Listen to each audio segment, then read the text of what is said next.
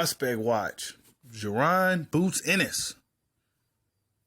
23-0 with 21 knockouts. 91% KO ratio. He's a prospect that I feel is kind of slipping under the radar quite a bit. But yeah, he fights out of Philadelphia, Pennsylvania. He's 5'10" with a 74-inch reach. This is what they have listed here. Now, Jaron Ennis is one of the more talented up-and-coming prospects that's in the sport of boxing today. However, he's not really like shown. He's fighting on cards where his particular fight ain't even shown on television. I don't get that. He has a smaller promoter. I find it strange that a Bob Arum, Eddie Hearn, or a Al Heyman hasn't decided to go ahead and put this kid on board. Jaron Ennis he's looking like a guy that's going to be must-see TV before too long. Just a wide variety of skills. He's actually pretty big. Now, he is a big welterweight. 5'10". He looks big. He's only 22 years old. Look how big he is already. So he's likely going to top out at middleweight before too long. Now, he started as a professional. As you saw his record, he started as a professional in April 30th, 2016. So since his debut about 3 years ago, a little over 3 years ago, he fought about 20-something times, 23 times. He's a very active young fighter, very, very active. He stays busy. And I think by the time he gets to the point where he faces a contender or a grizzled veteran, he'll be more than ready. He's Philly tough, so you could expect him to be tough, have that chip on his shoulder like the Philly fighters do. They have that attitude about him.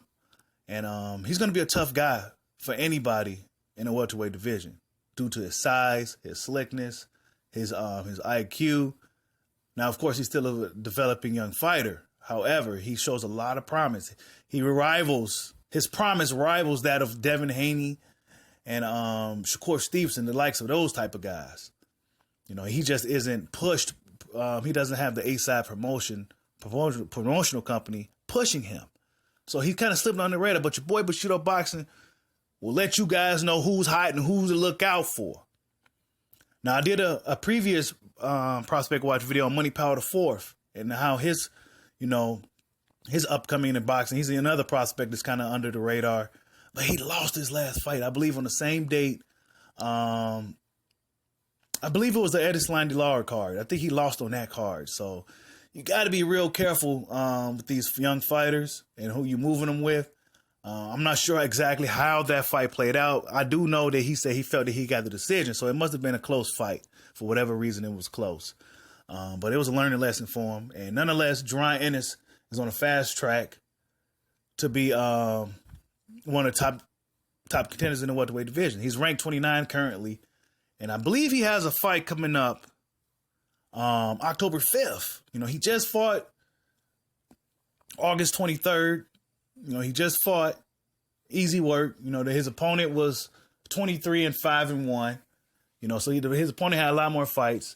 Actually, if you look at his resume, his last two guys, Raymond Serrano was probably like one of the best guys he fought. It was 24-5. And the guy before that was Armando Alvarez, was 18-0. Honestly, Jaron Ennis is pretty much moving up how you typically expect a young fighter like him to move. He fought a lot of really tailor-made opposition. Some guys got a lot of fights, a lot of journeyman dudes. I mean, you could expect that, but based off of what you can see from the eye test, Jaron Ennis definitely looks like he has the goods. He has the style, the flash, the speed, the power. He can switch hit. I mean, really, the sky's the limit for this kid. I believe his dad and his brother also box, so he comes from a boxing family, so it's in his blood, And you can expect good things from guys like Jaron Ennis in the years to come. I'm looking forward to seeing how his career plays out. Now, I know recently he took his longest layoff. His last fight in between the gap was November 16th of 2018. He just now fought. So this was pretty much his longest layoff. He was having promotional issues with his promotional company. I believe he re-signed with these guys. I'm not sure the details of his promotional issues. I didn't really want to dig too deep in his personal business, but I do know that he was having promotional issues, and that's kind of why he's been sitting out for the long he's been sitting out. However, he's a young guy. He's been staying busy in the gym. He's hungry. He's motivated.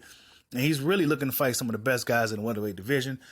I remember about a few months ago, he called out some of the top guys. And, you know, a lot of guys gave him a little heat for it. But, you know, that's what the young lion's supposed to do. Let them know that, hey, I'm coming. Be watching out for me. You know, I'm on y'all bumper. I'm looking for you.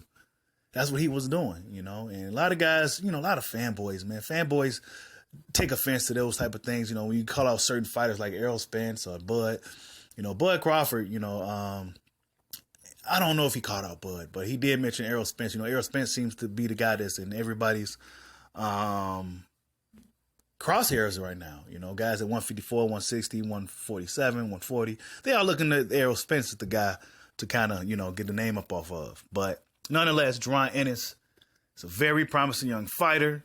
He has a knockout power. He's a knockout artist and everything. I mean, come on, man. This kid should be promoted a lot better than what he is. He should be on PBC fighting on these Fox cards.